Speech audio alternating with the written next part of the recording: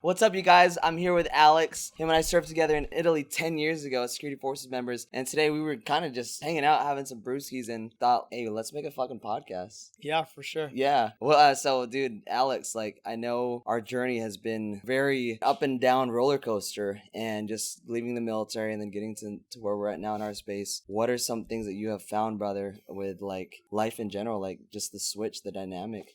Yeah, so for a little bit about the people that don't know about us, essentially I met Jon about 10 years ago in the Air Force, and we kind of just kept along our journey along the way, and here we are now. But bottom line, I guess to anyone that is separating the transition this far, is it's been challenging. It's been a super fun experience, because what I've realized so far is that the finish line always moves. And so being in the military, it was always hey, going ahead and being in one environment and then promoting to the next and getting to the next goal. Maybe it's BTZ, maybe it's, which is promoting early. Maybe it's staff sergeant, the next rank up. Maybe it's getting your degree, and maybe it's making more money. And then what I've realized with the whole transition into the private sector is really you have this idea that you're going to reach that one end goal and feel like you've made it, which you give yourself gratitude when you do. But when you do make it to that point, it ends up just unlocking a new opportunity for you to go ahead and elevate yourself to the next level. Yeah. So I guess to answer your question, as far as a little bit about what this experience has been, the best way I can describe it is one crazy transition. Because as you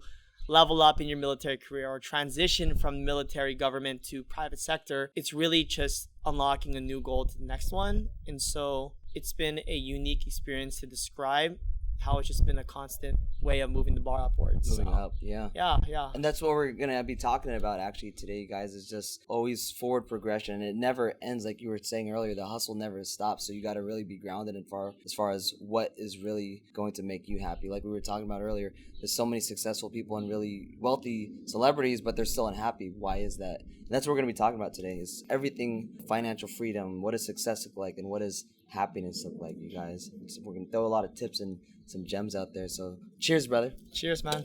Yeah, man. So, dude, as far as us transitioning into real estate now, I know you're in the loan side now. What have you found that has been super challenging and also fulfilling for you with the change from military to real estate to loans? Yeah, so great question. So practically, as I kind of share everything, I always like to kind of say it's kind of what works for me and hopefully resonates with some of you. And if not, and if so, great.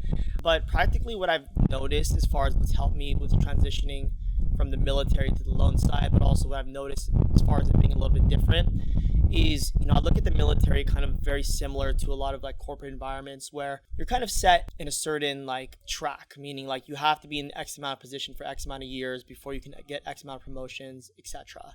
And what I've noticed as far as the main difference between transitioning from that type of a career down over to the loan and real estate side is the playing field is essentially leveled, right? You have to earn your part, earn your growth, earn whatever it is that you're chasing every single week, every single month, and it never stops.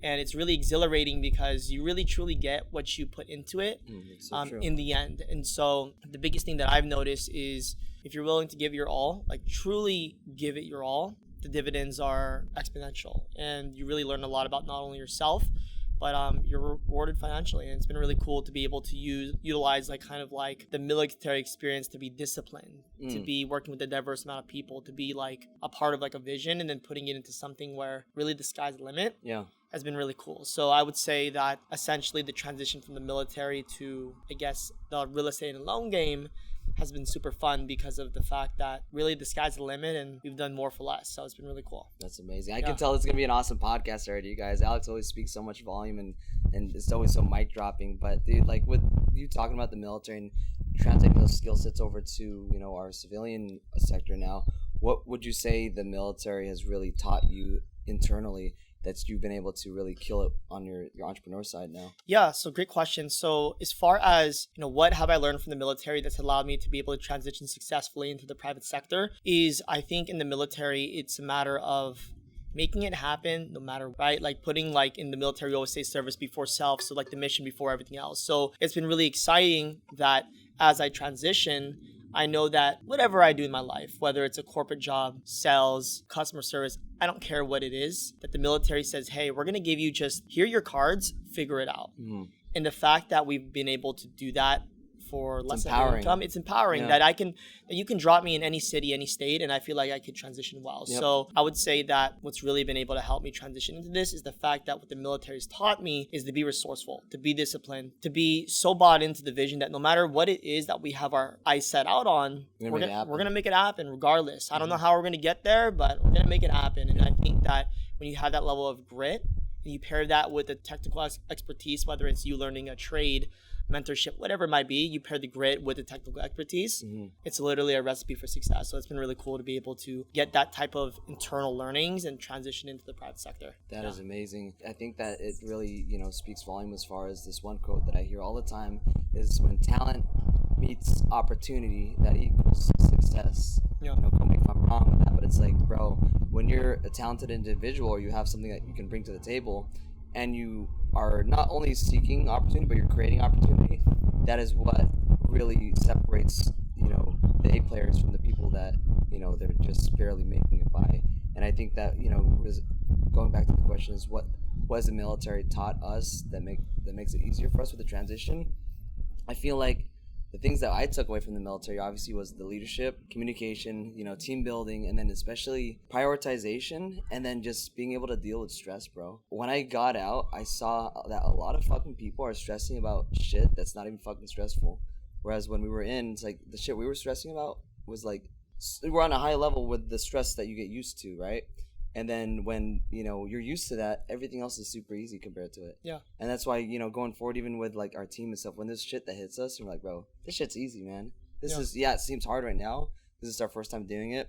But I know we're going to fucking solve it. Because like you said earlier, we don't know how we're going to get there, but we're going to fucking get there. Because we know how to be resourceful. We know how to make things happen. And that's the biggest thing that I love about the military is them empowering us, the leadership. And then just, I feel like a lot of people that come out of the military, not everyone, of course, we're all different, but a lot of military people, they have a different level of discipline and just the way we're driven, because you're essentially doing it for a higher purpose. And then when you find your purpose and your mission in the world outside of the military, you put that same full energy right into it, brother. That's true. And I think one thing that I wanted to add as well is something that I learned from the military is it taught me the true meaning of perspective, right? To understand, hey, I signed a contract, so I'm riding this out for 6 years until I can try another opportunity. To understand what it's like to deploy for wherever it is that you might deploy to and make between 30 and 50,000 depending on your rank for that time, but knowing that you can make more elsewhere. To understanding that, having the absence of family and friends for being gone or having your options limited, that now when I'm in the civilian sector and I can feel like I could put my 2 weeks in tomorrow if I don't want to do this anymore. I don't have to take that class if I don't want to. I don't have to take the job if I don't want to. Things like that, and having that freedom and understanding like what is the alternative that I'm used to has been really exhilarating, and being able to put my best foot forward in any of these opportunities that may present itself, which is cool. It's like that song by Drake. You started from the bottom, now we're here. It's like when you start out at those low points in life and you see how hard life can really be, when life hits you with other shit that's not even as crazy as that, it's like, wow, this shit's easy, you guys. It's hard the first time because you got to figure it out, but it's easy. And then I like to look at everything different now. Before, I came from the mindset of, oh my God, why is this happening to me? Oh my God, why is everything happening to me? That was when I was in the military. Because I think also the bad thing about the military is kind of a toxic environment sometimes, depending who, is in the base that you're at. I don't want to talk bad about the military, but it can be very toxic, you guys. And it really affected me in a bad way too, because that became my mindset for the 10 years that I was in. And it took me, when I got out that first year, to really adjust and change that mindset to now when I have problems, I'm like, hell yeah, I get to figure out this problem today. I get to grow from this problem. I get to learn something new. And it's when you approach that problem in a strategic and full-on way, it makes it not really a problem anymore. Because when you approach a problem with a problem already, now you're creating more problems. It's true. So, yeah. That's true. It's true. Yeah, and bro, I like what you were talking about with as far as like your financial freedom and happiness overall. Let's talk about that a little bit, bro. Yeah. Like, what does that mean to you? What does financial freedom mean to you? And what does happiness look like to you? Yeah, so it's interesting. So John and I were talking about this while we're swimming in the pool about what does like happiness and financial freedom really mean to you? Because maybe you guys can agree with me or maybe you don't, but I know that a lot of times we work so hard to chase this thing called financial freedom, and right, or happiness or whatever it is that might be. And many times I think what happens is it's such an ambiguous term that we don't really think about what that means exactly. So we end up getting lost in the sauce or fall apart of that hustle culture to where you just become lost. And so what I did recently, and I'm guilty of it before, is I would always just hustle 24/7 and say, hey, I want financial freedom, and I would get spent out. But really what I've done recently is to add a very clear definition as to what that is exactly. So what I was talking to John is that, what I want to make sure that I do is not let my goals be so big that it robs me of my present. So I decided to add constraints around what financial freedom is exactly. And it may be different for everybody else, but for me specifically, it was 3 simple things, which is number 1, do I have something for the future to look forward to? Number 2, it could go ahead and be that if I go to the grocery store, I can buy whatever the heck it is that I want. And number 3 is if I want to go out and hang out with my friends, whether it's an experience or just getting 3 appetizers at dinner, I'm going to do it without a shadow of a doubt, right? And so to kind of elaborate a little bit more on that, is like when it comes to investing, I want to know that whatever I put into the future, I know that I'm secure and I can invest in the future to support whoever it is that I want to do, as well as pass something on that's far beyond my lifetime. And number 2 is like when I go to the grocery store, if I want to get that extra avocado, I'm going to get that extra avocado. If I want to get that extra LaCroix flavor and have every color, I'm going to get it. And lastly of that is if I go out to dinner and I want to get all you can eat sushi 3 times a week, then I can do it. Right? Of course, not being super negligent, but to be able to have that flexibility to do so. And when I clearly define that, it serves as a subtle reminder to ground me to say, hey, you know what? Like, look, you're on the right track. Because when you look at your goals, it's going to be up, it's going to be down, it's going to be up, it's going to be down. And truth is you're never really going to reach that goal that really gives you that quote unquote financial freedom, because the bar always moves. You always want more. We always want to progress as people. But if you add those constraints, those clear definition as far as what that is exactly, I don't know, makes us ride a little bit less crazy. So that's kind of what it is. Just like happiness, right? Like we think about happiness and it's like, everyone says I want to be happy. I want to feel loved, right? Well, what does that mean exactly? Right? For some people, it might be I can cuddle 5 times a week. For some people, it might be someone that hears me, understands me, right? But if we're not clearly defining it, we're just going to be lost in this ambiguous term of what that is. So by putting constraints of what financial freedom is in that example for myself, it may be different for you, than to do that. And so I encourage everyone that if you haven't already done so, whatever your goals is, whether it's financial freedom, happiness, weight loss, I don't care. Add a clear definition as far as what that is. And I'm willing to wager that you're going to feel a lot better after that and you won't get lost in the sauce, because we're here to live a good life, not a long life, right? I like that, bro. Dude, mic drop. Let's just end the episode right there, you guys. Goodbye. No, that was good shit, bro. Like, it's funny because a lot of it is reverse engineering. When you have your problem, say you want to hit $1 million a year and you just say that, oh, I want to make $1 million a year. Okay, cool. How the fuck are you going to get there? You got to reverse engineer. What are your KPIs you're going to track?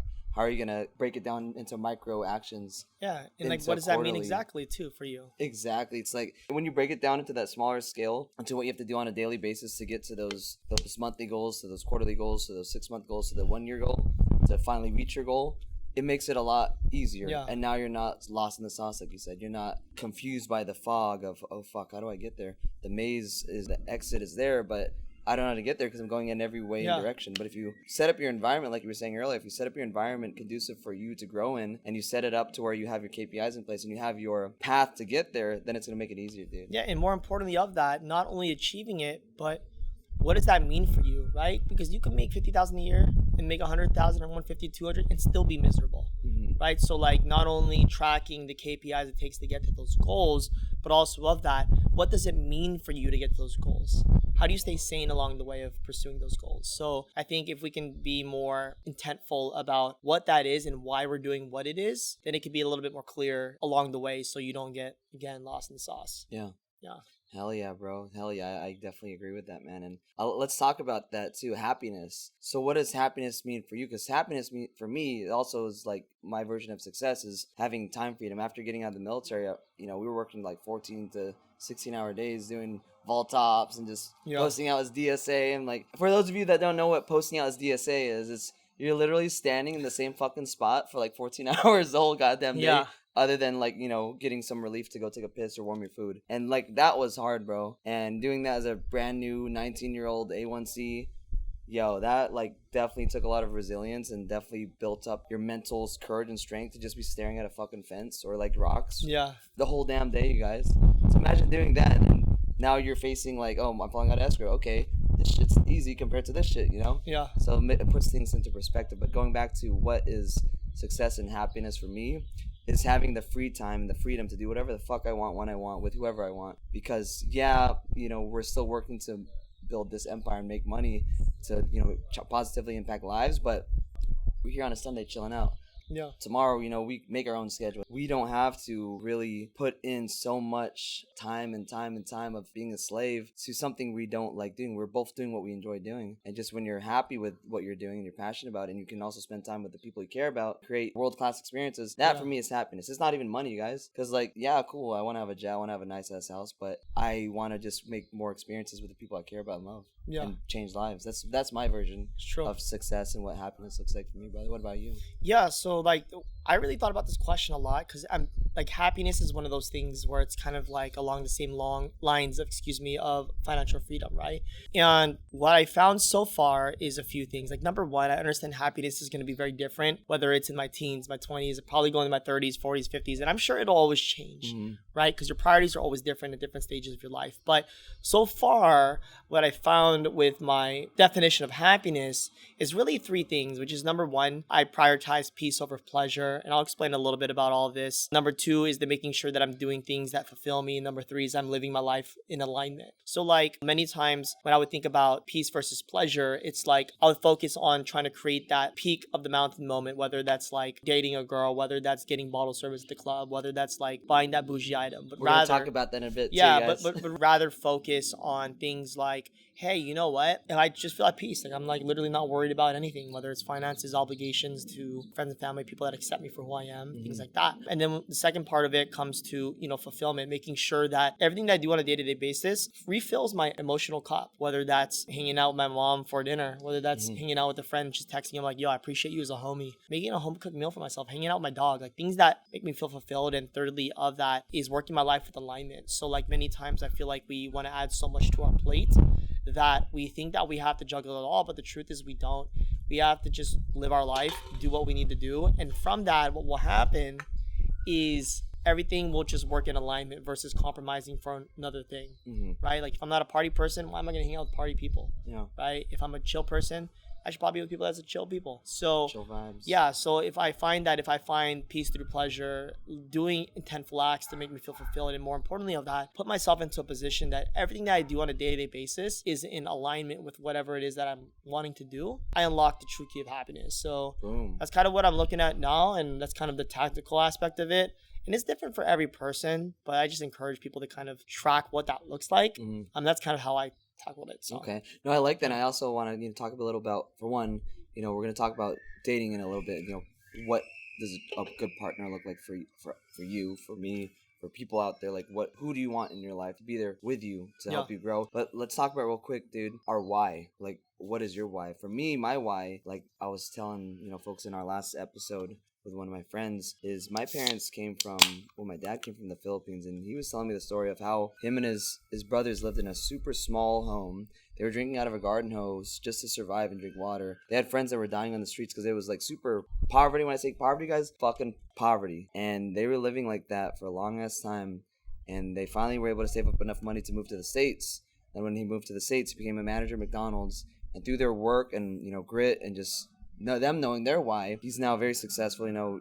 And it's not, like I said, it's not about money, but it's about how can you positively impact other people's lives. And by him making that choice to have a new life like that, he's been able to teach, you know, myself, my sisters, what the meaning of, you know, work is and how to work smarter, not harder, and then what your why is. But for my why is, I want to retire my parents. I want to, you know, pay off their home. I want to be able to change my sister's lives. I want to be able to help my immediate family, you know, and take away their problems to where, you know, I'm not obsessed with making money, but I am obsessed with my friends, family, and the people I care about and love about not ever having to ever fucking worry about money. Yeah. People say money is the root of all evil. I don't fucking believe that. I think that money really dictates or shows what kind of person you are. You can either use it for good or evil. What are you going to positively do to change people's lives with the money that you get? So that's my why, brother. It's just, for me, I'm very a family guy. That's what I want to do, is change my family's lives. Yeah, so I think to kind of share my why, it's very similar to that, but more so just being in a place to where I can give true value to everybody. So, you know, the way I think to myself is like, what's my why? It's essentially being able to be at a spot that I can support in all respects of everyone's life. right? Be the healthiest person to support and protect people physically,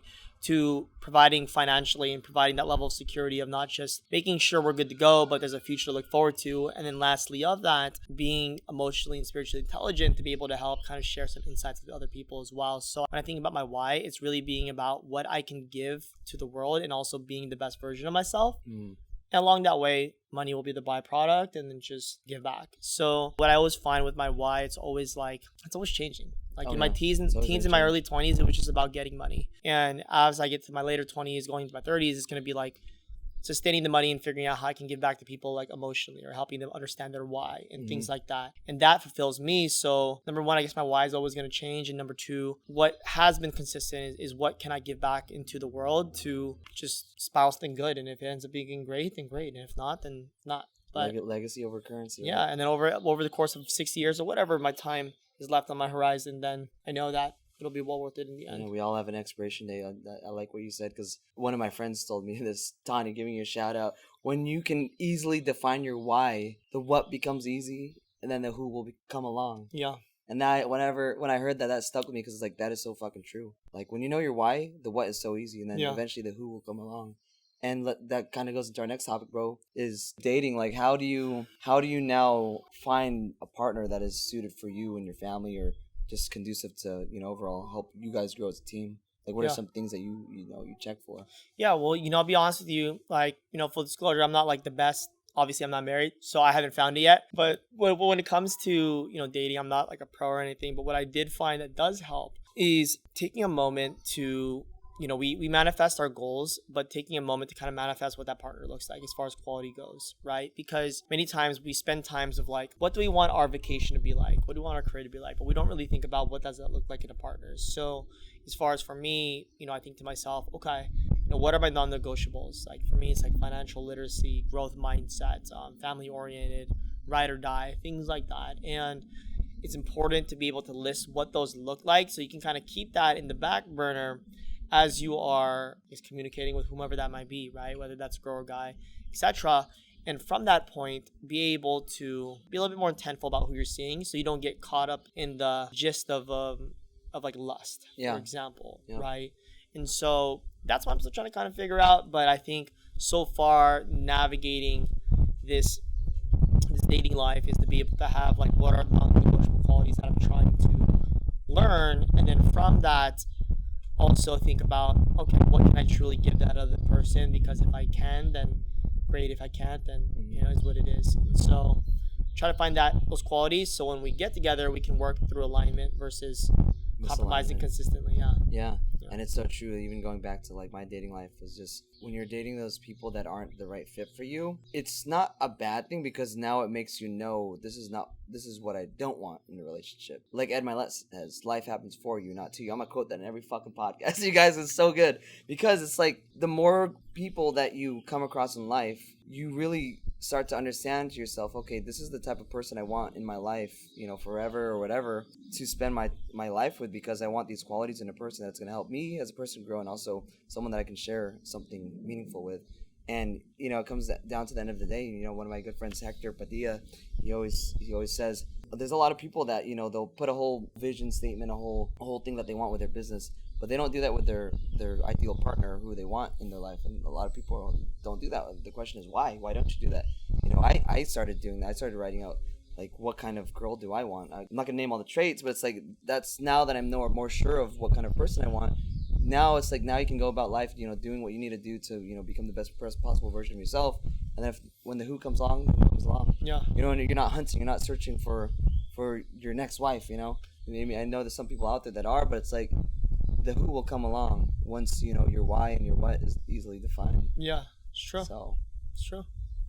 It's good. Yeah, man. And as far as, I guess, dating goes, you got any tips for anyone out there watching? Not necessarily dating, but like just, I guess, knowing that, hey, this is the person that I want to spend my life with, or just have around, the companionship. This is the type of person that's going to help me elevate and grow together. Yeah, man. I think, like, again, right, I'm not a Casanova myself, but what I will say is, like, at the end of it, man, if I had to put any 2 cents, it's just like go out there, go on dates, see if you jive or not, because you're always gonna find something called clarity through contrast. Right? Boom, that's so good. Clarity through Yeah, contrast. you're either gonna go ahead and figure out what is it that you're meant to find, or you know what you realize what you really want. And so go out there, date, have meaningful conversations, have great dinners, have great drinks, hang out, do your thing, whatever that is that might be. And you're either gonna find what you're looking for or find what you really want. And when you put those two together, like, you'll be fine. So that's how I kind of look at it, you know? So take it for what it's worth. We'll see how it helps. That's fire. That's so fire, man. Thank you so much for sharing that. Just, I guess, going into our last topic, we'll be closing this podcast out shortly. Just moving forward, what are some things that you have found through your biggest struggles that have helped you grow the most? Yeah.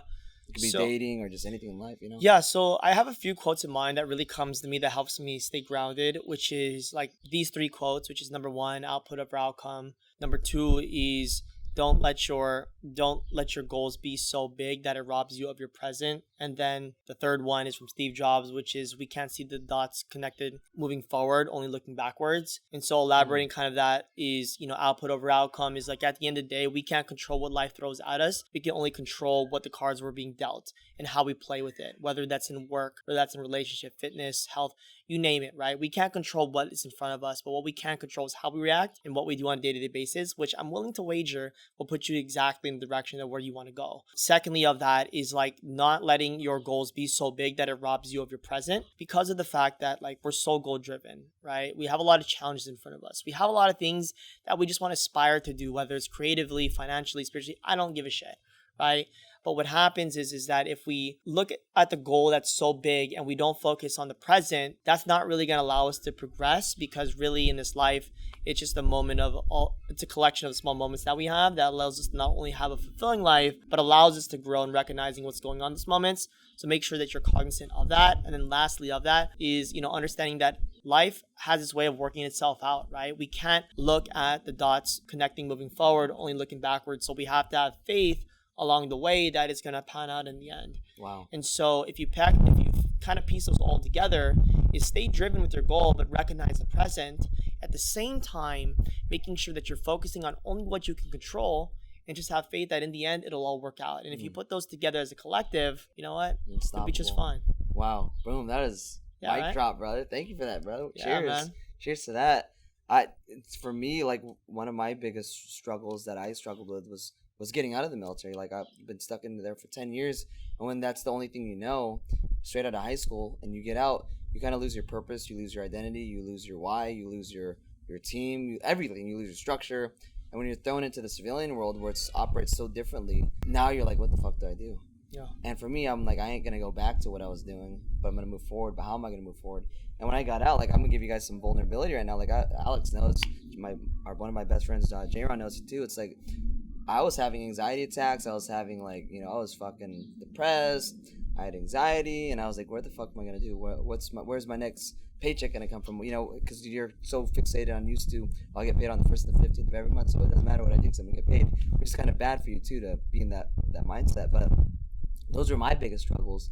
And when I finally overcame those struggles and I found the right team and I found my new vision and purpose and identity and goals and stuff, I'm in the happiest state of mind now, dude. Yeah. I'm so happy with where I'm at. And looking back, like we said, you can't connect the dots to the future, but you can only connect the dots that you came from. Seeing where I came from to where I'm at today, I'm like, geez, holy shit, I don't even recognize the person I was a year ago, even 6 months ago, even 3 months ago, because there's always forward, constant growth, and you're moving that micro needle forward every fucking day, you guys. So for me, that was my biggest struggle, and then just being able to overcome that by having the right people like Alex and my boy J-Ron, and just the right team and community, and having people to talk to, and having the right environment is what really helped me get out of that dark place and to where I'm at now. Mm-hmm. And I hope that helps someone out there. If there's anyone ever struggling, like with, PTSD, anxiety, depression, anxiety attacks, fucking reach out. We're both, veterans. We're here for you. Not even just veterans. Like, if you're struggling with shit like that, definitely let us know. It's not easy to talk about stuff like that. Maybe in our next podcast, we can talk about that. We don't want to end this on a low note, but yeah, that's one of my struggles that I was dealing with. But bro, this has been a fucking great podcast. Super cool, spontaneous, man. Too, man. Yeah. So. Yeah, man. So cool. I hope you guys all enjoyed that podcast episode. If you guys have any questions, or you guys want us to talk about anything interesting to you in the future, comment down below. Give Alex a follow on Instagram. What's your IG handle, bro? Yeah, just Alexander Deguzman with 2 N's, and I'm sure John will tag me, so we'll take it from there. Yeah, and if you guys need anything loans related, sure, hit up Alex, you guys. And I hope you guys enjoyed this episode. We'll see you guys in the next one. Peace.